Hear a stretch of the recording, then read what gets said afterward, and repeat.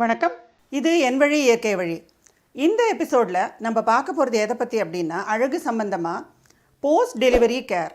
இப்போ எல்லாருக்குமே டெலிவரிக்கு அப்புறமா, ஒரு பிரசவத்துக்கு அப்புறமா நம்மளோட அழகு அப்படியே குறையாமல் இருக்கணுங்கிற ஒரு ஆசை இருக்கும். அதுக்கு என்ன செய்யலாம் அப்படிங்கிறத இப்போ பார்ப்போம்.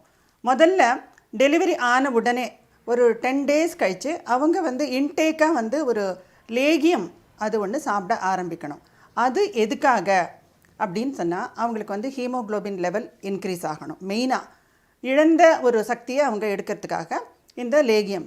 அதில் என்னெல்லாம் போடுவோம் அப்படின்னு சொன்னாக்கா, ஹீலிங் பவர் இன்க்ரீஸ் ஆகிறதுக்காக அதில் நம்ம சேர்க்கறது எல்லாமே வால்நட், பாதாம், கசகசா, கண்டத்திப்பிலி, அரிசி திப்பிலி, இது எல்லாமே ஒரு 50 கிராம் 50 கிராம் போட்டுக்கலாம். தனியா, மிளகு, சுக்கு இது மட்டும் 20 கிராம் 20 கிராம் 20 கிராம் போட்டுக்கலாம். இதோட கூட பனவெல்லம் அது ஒரு 1/2 கிலோ. இந்த எல்லா பொருட்களையும் நம்ம முதல்ல ஒன்றா வறுத்து அதை பவுடர் பண்ணி, அதுக்கப்புறமா இந்த பனவெல்லத்தை பாகு வச்சு அதில் வச்சு கலரணும். அது நல்ல ஒரு லேகியம் டைப்பில் வந்துடும். அந்த சமயத்தில் அது மொத்தமாக எடுக்கிறதுக்கு ஒரு 1/4 கிலோ நல்லெண்ணெய், 1/2 கிலோ நெய், இதே விட்டு கலரி எடுத்து வச்சுட்டு, இந்த லேகியத்தை ஒரு மாதம் ரெகுலராக மார்னிங்கில் எடுத்துக்கிறது ரொம்ப நல்லது. அந்த மாதிரி இந்த லேகியம் சாப்பிடும் பொழுது அவங்க கூட வெத்தலை ஒரு 2 இல்லாட்டா 3 வச்சு அதை எடுத்துக்கும் பொழுது கால்சியம் நிறைய சேரும். ஸோ பீட்டல் லீஃபுங்கிறது நம்ம முதல்ல நிறைய எடுத்துக்கணுங்கிறது ரொம்ப முக்கியம். ஏன்னா கால்சியம்ங்கிறது very important after delivery. Post டெலிவரியில் கால்சியம் இன்டேக் ரொம்ப முக்கியம். அதே மாதிரி ஹீலிங்காக இப்போ நம்ம கொடுத்துருக்கிற எல்லா பொருட்களையும் அவங்க எடுத்துக்கிறதும் அவங்களோட ஹீலிங் பவர் இன்க்ரீஸ் ஆகும்.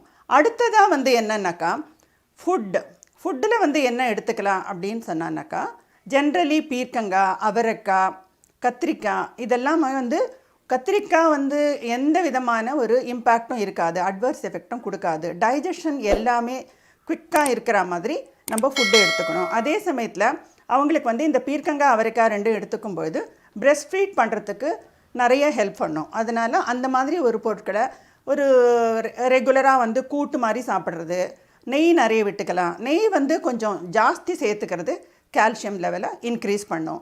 இந்த மாதிரி ஃபுட்டு எடுத்துக்கும் பொழுது கூட ரெகுலராக ஒரு அங்காய பொடிங்கிறது செஞ்சு வச்சுக்கணும். இந்த அங்காய பொடியில் என்னெல்லாம் இருக்கும் அப்படின்னு சொன்னாக்கா, சுண்டைக்காய் எல்லாமே வத்தல், சுண்டைக்காய் வத்தல், மணத்தக்காளிக்காய் வத்தல், வேப்பம்பூ உலர்ந்தது, இது எல்லாமே ஒரே அளவு வெயிட்டில் ஒரு 50 கிராம் 50 கிராம் அப்படி எடுத்துட்டிங்கன்னா தனித்தனியாக வறுத்து, அதில் கூட கொஞ்சம் கருவேப்பிலையும் நல்ல ஒரு ஃப்ரெஷ்ஷாக கருவேப்பிலை எடுத்து அதை ரொம்ப ஃப்ரை பண்ணாமல் கொஞ்சம் பச்சை கலர் மாதிரி இருக்கும்போதே அதே ஃப்ரை பண்ணிவிட்டு, அதையும் கூட கொஞ்சம் மிளகு சேர்த்துக்கிறது, பெருங்காயம் நிறைய பொரித்து அதில் போடுறது, இது எல்லாமே சேர்ந்து பவுடர் பண்ணி, அந்த பவுடரை ரெகுலராக ஃபுட் நம்ம எப்போ நம்ம லஞ்ச் எடுத்துக்கிறோமோ அந்த லஞ்சில் முதல் அது எடுத்துக்கிறது.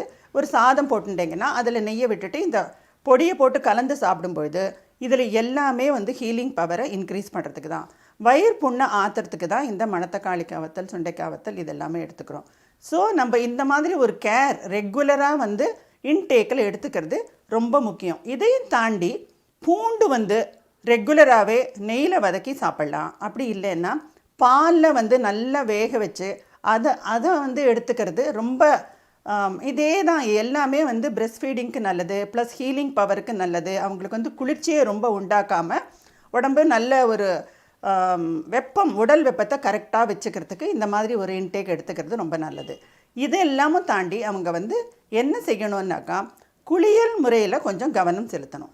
என்ன மாதிரின்னாக்கா, ரெகுலராகவே நல்லெண்ணெயை அவங்க உபயோகப்படுத்த ஆரம்பிக்கணும். தேங்காய் எண்ணெயை விட எப்போவுமே நல்லெண்ணெய்க்கு பவர் ஜாஸ்தி. அது என்னன்னாக்கா, ஹீலிங் பவர் அப்படின்னு வரும்போது எள்ளுக்கு அந்த குணம், மருத்துவ குணம் நிறைய இருக்கிறதுனால அந்த நல்லெண்ணெயை நம்ம உபயோகப்படுத்துறது ஹோல் பாடியை அவங்க ஒரு நாள் விட்டு ஒரு நாள் குளிக்கிறதுக்கு என்ன செய்யலாம் அப்படின்னு சொன்னாக்கா, அவங்களே ஒரு மஞ்சளை மிஷினில் கொடுத்து அரைச்சிக்கலாம். கிழங்கு மஞ்சள் வாங்கி ஒரு 1/2 கிலோ அதை மாதிரி அரைச்சி வச்சுக்கலாம். கூடவே அவங்க கொஞ்சம் வேப்பிலை ஒரு 5-6 தளிர் கூட போடும், துளசி, இது 2யுமா சேர்ந்து கலந்து அரைச்சி வச்சுட்டு அந்த பொடியை நல்லெண்ணெய் ஒரு 50 ml எடுத்துக்கலாம். அதில் இந்த பொடி வந்து கொஞ்சம் நிறைய அதை மிக்ஸ் ஆகிற மாதிரி போட்டு, இது மெயினாக என்னன்னாக்கா போஸ்ட் டெலிவரி லைன்ஸ் அப்படின்னு சொல்லுவாங்க இல்லையா, அந்த லைன்ஸை வந்து இது வந்து கன்சீல் பண்ணும். ஆக்சுவலாக இந்த மாதிரி ஒரு கலவை எடுத்துட்டு அப்டாமினல், அதாவது வேஸ்ட்லேருந்து ஆரம்பித்து அப்டமன் கீழ் வயிறு வரைக்கும் இவங்க நல்லா தடவி ஹோல் பாடியும் அதையே வந்து அவங்க யூஸ் பண்ணிக்கலாம். இந்த மாதிரி ஒரு மஞ்சள் குளியல், அதுக்கப்புறமா வந்து நல்ல ஹாட் வாட்டரை போடும்பொழுது அது நல்லா க்ளீனாக வாஷ் ஆகிட்டு ஸ்லோவாக அந்த அப்டாமினல் லைன்ஸ் எல்லாம் மறைய ஆரம்பிக்கணும். இது வந்து பெரிய வந்து ஒரு அழகு சம்பந்தப்பட்டமான விஷயமாக இருக்கும் எல்லாருக்குமே ப்ரெக்னன்சி டைமில். ஸோ எல்லாருமே வந்து இதை மாதிரி ஒரு கவனம் செலுத்தி நீங்கள் செஞ்சுக்கலாம். அதே மாதிரி அப்டாமினல் பெல்ட்டுக்கு பதிலாக ஒரு சாரியே, ஒரு பியோர் காட்டன் சாரீ வாங்கி துப்பட்டா டைப்பில் அதை வந்து மடித்து அயர்ன் பண்ணி நடுவில் ஒரு 2-3 ஸ்டிச்சஸ் கொடுத்து எண்டில் 2த்துலேயும் நாட் போட்டுக்கிற மாதிரி த சேம் அப்டாமினல் பெல்ட் மாதிரியே நீங்கள் ஒரு காட்டன் பியோராக இருக்கிற சாரீ புதுசாகவே வாங்கி நீங்கள் செஞ்சுக்கிற பெல்ட் மாதிரி இருக்கிறத யூஸ் பண்ணி நீங்கள் இந்த மாதிரி ஒரு பழக்க வழக்கத்தில் உணவையும் எடுத்துட்டீங்கன்னா you will definitely get back whatever you are, however you were before the pregnancy time.